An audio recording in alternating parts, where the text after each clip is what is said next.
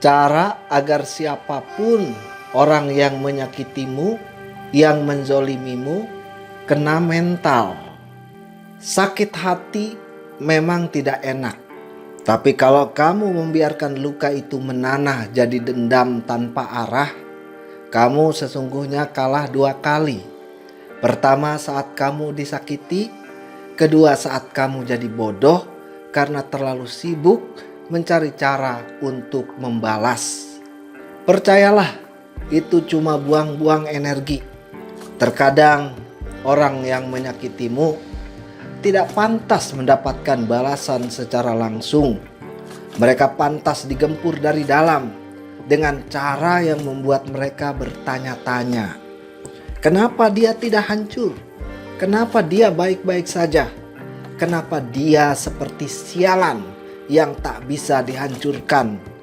Kenapa justru aku yang mulai hancur? Dan itu hanya akan terjadi jika kamu memainkan permainan yang lebih tajam, lebih diam, dan lebih dalam, tapi jauh lebih mematikan.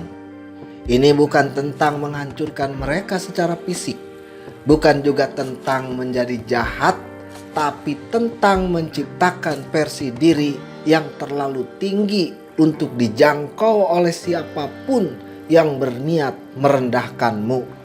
Ini tentang melindungi diri, memutus siklus toksik, dan membangun kembali kendali atas hidupmu.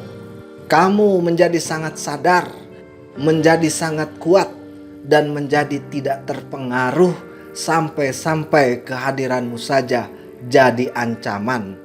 Dan inilah 7 cara cerdas dan elegan untuk membuat orang yang menyakitimu kena mental. Cara yang pertama, diam dan biarkan mereka histeris sendiri. Ketika seseorang berusaha menyakitimu, baik dengan kata-kata, sikap, atau manipulasi, reaksi pertama yang muncul biasanya adalah ingin membalas, ingin menjelaskan, atau ingin membela diri. Tapi sialnya, semakin kamu melawan, semakin kamu memberi panggung bagi mereka. Dan orang-orang brengsek suka perhatian, hidup dari reaksi emosionalmu, dari marahmu, dari sedihmu, atau dari rasa panikmu. Semakin besar reaksimu, semakin besar kendali mereka. Jadi diam, bungkam, heningkan seluruh reaksimu, karena tidak ada hal yang lebih menyiksa bagi mereka, orang manipulatif, selain tidak mendapatkan reaksi. Saat kamu diam, mereka akan membangun asumsi, mereka akan menciptakan skenario demi skenario di kepala mereka sendiri yang tidak akan pernah mendapatkan jawaban. Diammu adalah jerat psikologis. Sesungguhnya kamu sedang menyerang mereka lewat ruang kosong yang kamu tinggalkan. Ketika kamu berhenti merespon, orang yang terbiasa memancing reaksi akan merasakan kehilangan arah. Mereka bisa menjadi gelisah, menjadi bingung, bahkan histeris karena strategi mereka tidak lagi berhasil. Bukan karena kamu melakukan sesuatu, tetapi karena kamu berhenti memberi energi. Saat kamu berhenti memberi bahan bakar emosional, dinamika kekuasaan berubah. Mereka kehilangan pengaruh karena tidak lagi bisa memancingmu. Dan pada akhirnya, kemenangan terbesar bukanlah membalas, tetapi tidak lagi terpengaruh. Di saat yang sama, kamu menjaga energi untuk hal yang lebih penting, pemulihan diri dan pertumbuhan diri. Biarkan mereka berbicara, berusaha, dan bereaksi sendiri, sementara kamu tetap tenang, diam, dan melangkah maju. Kedua, buat dirimu menjadi pribadi yang tak tersentuh. Karena balasan terbaik adalah dengan membuat versi dirimu yang tak tersentuh. Menjadi tak tersentuh bukan berarti dingin, sombong, atau menutup diri dari semua orang.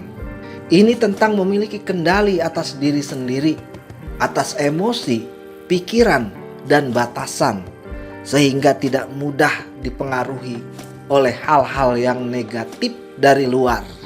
Kamu punya ketenangan yang membuat mereka muak melihatmu tetap utuh. Mereka terus mencari cara agar kamu hancur, gagal, tapi kamu belajar, kamu naik level, kamu tumbuh, kamu bangkit seperti sialan yang terus mengolok-olok mereka. Semakin tinggi kamu berdiri, semakin menengadah mereka untuk melihatmu. Kamu tidak harus pamer di depan mereka. Yang perlu kamu lakukan adalah pertama, mengenal dirimu dengan jujur. Pahami apa yang kamu hargai, apa batasmu, dan apa yang tidak bisa kamu toleransi.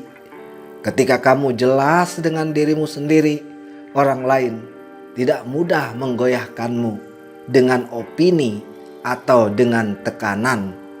Kedua, latih pengendalian emosi. Tidak semua hal harus ditanggapi. Tidak semua provokasi layak dijawab.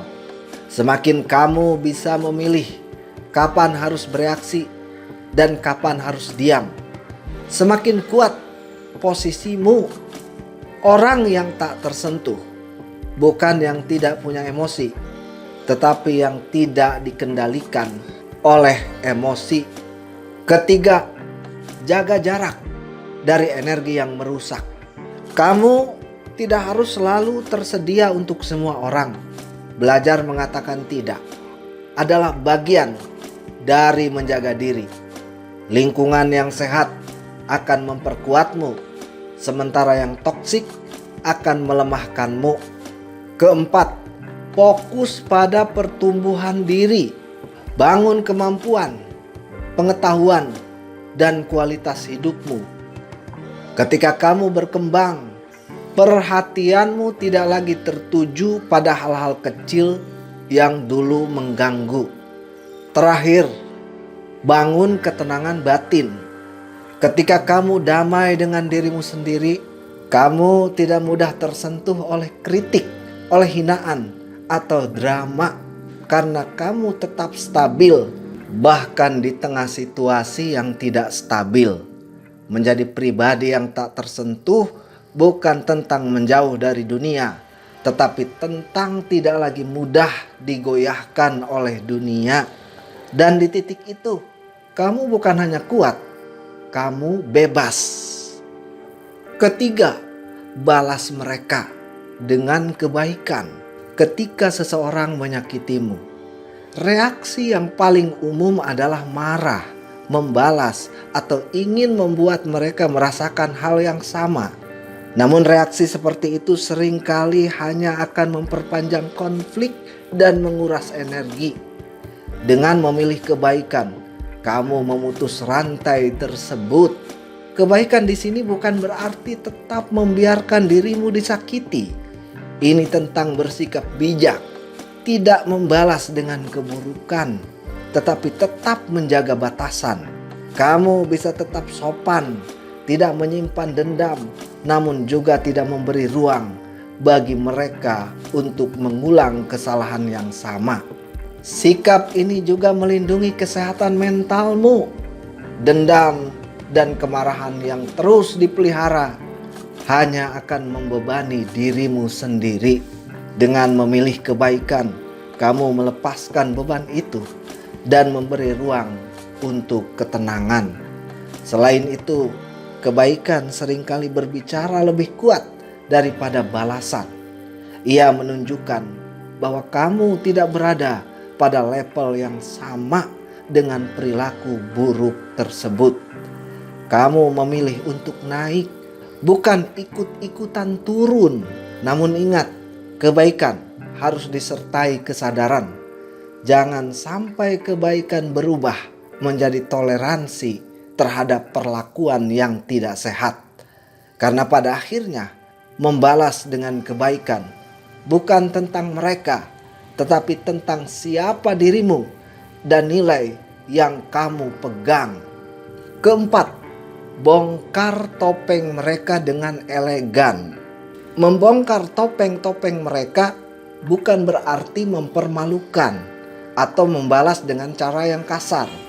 Elegan berarti tetap menjaga kendali diri, fokus pada fakta, dan melindungi dirimu tanpa menciptakan drama baru. Langkah pertama adalah berhenti terlibat dalam permainan emosi. Orang yang menyakiti seringkali mengandalkan reaksi impulsifmu. Ketika kamu tenang, kamu melihat pola dengan lebih jelas. Apa yang mereka katakan, apa yang mereka lakukan, dan ketidaksesuaian di antara keduanya. Kedua, gunakan komunikasi yang tegas dan berbasis fakta. Sampaikan apa yang kamu alami tanpa menyerang pribadi. Misalnya, saat kamu mengatakan X dan melakukan Y, itu berdampak Z pada saya. Kalimat seperti ini sulit diputarbalikan karena berangkat dari kejadian konkret, bukan tuduhan. Ketiga, jaga batasan dan konsistensi.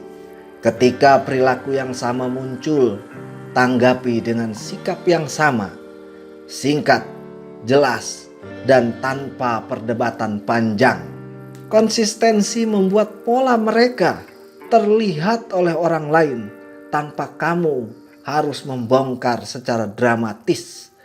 Keempat, jika perlu hadirkan saksi atau dokumentasi, bukan untuk menjatuhkan, tetapi untuk melindungi diri dan menjaga akurasi. Di lingkungan kerja atau komunitas, transparansi yang rapih sering lebih kuat daripada konfrontasi emosional. Terakhir, fokus pada integritasmu. Reputasi dibangun dari konsistensi perilaku. Seiring waktu, orang akan melihat siapa yang jujur dan siapa yang tidak.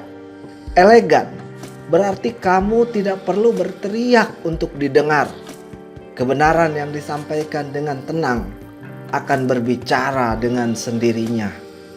Kelima, ambil kembali kontrol hidupmu dari mereka.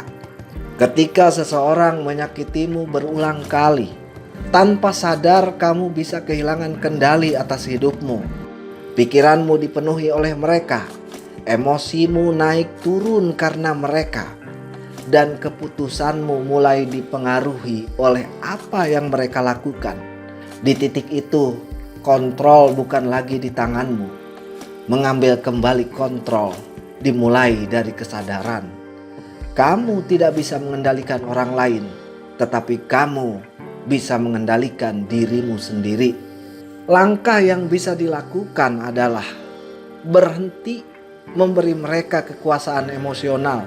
Tidak semua hal perlu ditanggapi. Setiap reaksi yang berlebihan hanya akan memperkuat pengaruh mereka. Pilih untuk merespon dengan tenang atau bahkan tidak merespon sama sekali jika tidak perlu. Kedua, tetapkan batasan yang jelas. Tentukan apa yang bisa kamu terima dan apa yang tidak. Jika batas itu dilanggar, ambil tindakan dengan menjauh, mengurangi komunikasi, atau mengakhiri interaksi. Batasan adalah cara kamu melindungi dirimu, bukan menghukum orang lain. Ketiga, alihkan fokus kembali ke dirimu. Bangun kembali rutinitas, tujuan, dan hal-hal yang membuatmu berkembang. Semakin kamu fokus pada hidupmu sendiri, semakin kecil ruang yang mereka miliki dalam pikiranmu. Terakhir, lepaskan keinginan untuk mengubah mereka. Itu bukan tanggung jawabmu. Tugasmu adalah menjaga dirimu tetap utuh. Kontrol hidupmu bukan tentang menguasai orang lain, tetapi tentang tidak lagi dikendalikan oleh mereka.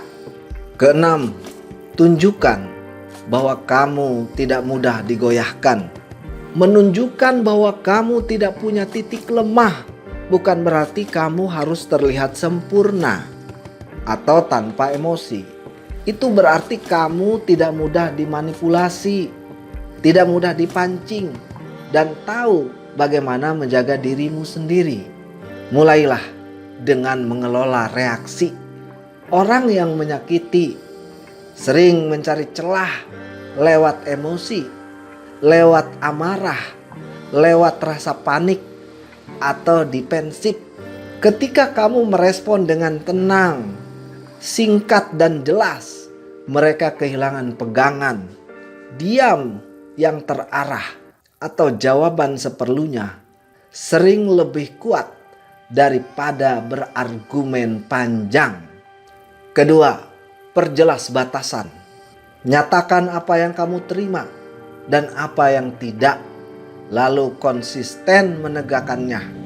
Misalnya, mengakhiri percakapan saat nada menjadi merendahkan atau menunda interaksi sampai situasi kondusif. Batasan yang konsisten membuat orang lain memahami bahwa kamu tidak bisa diperlakukan sembarangan. Ketiga, jaga informasi pribadi. Jangan berbagi hal sensitif kepada orang yang pernah menyakitimu.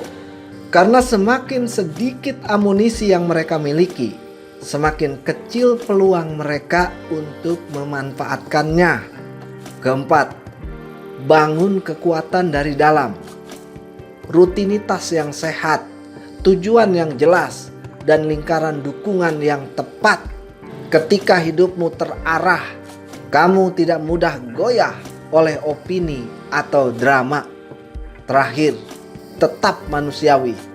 Kamu boleh punya rasa, tetapi pilih kapan dan kepada siapa kamu mengekspresikannya. Karena kekuatan sejati bukan tidak punya titik lemah, melainkan tahu cara menjaganya dan tetap berdiri teguh tanpa kehilangan dirimu sendiri.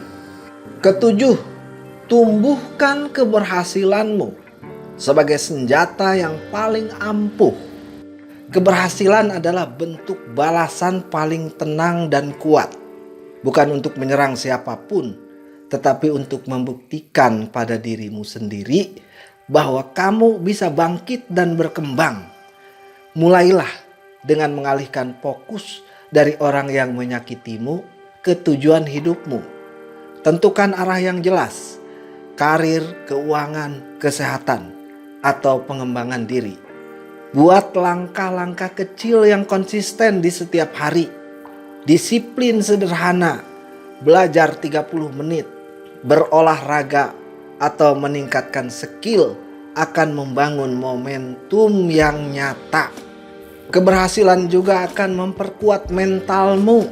Ketika kamu melihat progres sekecil apapun, rasa percaya diri tumbuh. Kamu tidak lagi mencari validasi dari luar karena kamu sudah memiliki bukti dari usaha sendiri. Selain itu, keberhasilan mengubah posisi. Dulu mungkin kamu merasa lemah atau diragukan, tapi ketika kamu berkembang, cara orang memandangmu ikut berubah. Bukan karena kamu memaksanya, tetapi karena hasil yang kamu tunjukkan berbicara sendiri. Namun ingat, tujuan utamanya bukan untuk membalas. Jika motivasimu hanya untuk membuktikan sesuatu kepada mereka, kamu tetap akan terikat. Jadikan keberhasilanmu sebagai bentuk penghargaan untuk dirimu. Fokuslah pada proses, bukan hanya hasil. Nikmati perjalanan, perbaiki diri, dan terus bergerak maju. Karena pada akhirnya, keberhasilan bukan sekedar pencapaian, tetapi bukti bahwa kamu tidak berhenti, tidak hancur, dan terus berkembang.